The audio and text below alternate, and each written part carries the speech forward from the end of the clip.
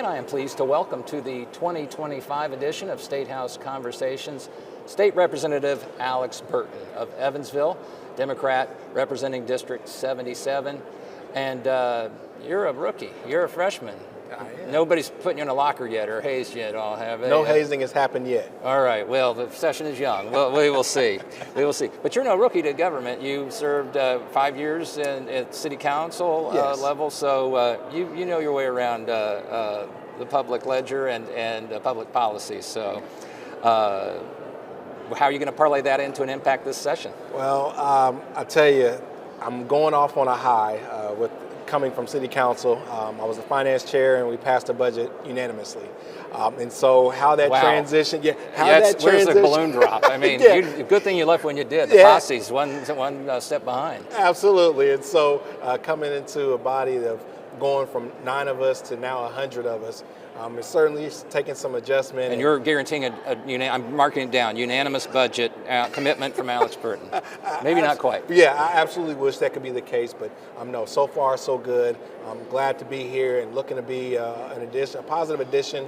And obviously, because I'm in the super minority, working across the aisle as best I can to really move things forward for the sake of Hoosiers. Are there certain things that you want to see? I mean, there's more than 1,000 bills that have been introduced, and obviously the one thing you have to do, speaking of budgets, is a budget. I mean, that's the requirement. Everything else is sort of negotiable or icing on the proverbial cake.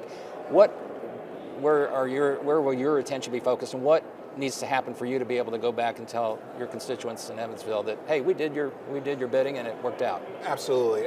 One, I would say a lot of my work will happen in committee. So fortunate to be on the utilities, natural resources, family and children, and the judiciary committees. And so a lot of what I hope to accomplish will be on the committee and just working with my colleagues in those committees. But beyond that, housing and our utility costs are something that's near and dear to my heart. I'm a firm believer that every Hoosier deserves safe, quality, and affordable housing, and right now that is not the reality. And specifically for us in Evansville, there are so many residents who are living in substandard housing, and which is leading to high utility bills, and that, at some point enough has to be enough. And so I'm going to advocate as best I can and work with my colleagues to put forth proposals, agendas, amendments that can address the issue at hand. And it will be interesting to watch because this is, as I note, a budget year, and everybody's paying close attention. The forecast says there'll be a little bit more more than we had this biennium in the first year, but then it tapers off almost to nothing in the second year. So everybody's worried about watching that decimal place in the budget and the dollars in front of it. But you sense that there's wiggle room there to help people who may be struggling with their housing, may be struggling with their medical costs, may be struggling with their educational needs. Can the state still afford to help some of these folks? Yeah, I am optimistic, especially following Governor Braun's comments at the inauguration. Him pointing out utility costs and mentioning housing certainly made me happy.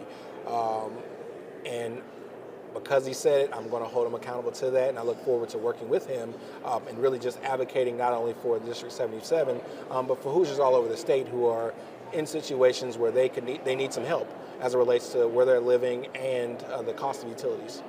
And do you think, we were talking before we started rolling here, that you do come from a local government perspective, and you do have that, and so many of the decisions that are going to be made this session in terms of the budget, they don't just happen in a vacuum.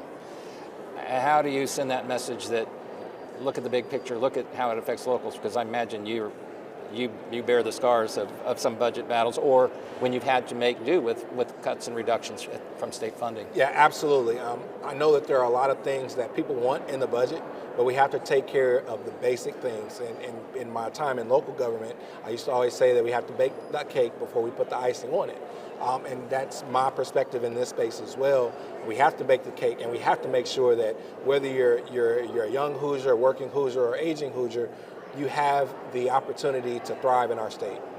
And before I let you go, any surprises? And now that you're a veteran of a whole few days under your belt, you know where the restroom is, how to, where the parking lot is. You're good to go. Well, who told you that? That's news to me. All right. Well, I'll draw you a map. Here. But anything surprises yet? Yeah, no surprises. It's not so always far. like the civics class, right? It's Yeah, no surprises yet. However, the session is young, but I'm looking forward to what this session brings and continue to learn as much as I can to be impactful not only for the district but for the entire state. Well, Alex Burton, congratulations on the start of your tenure here.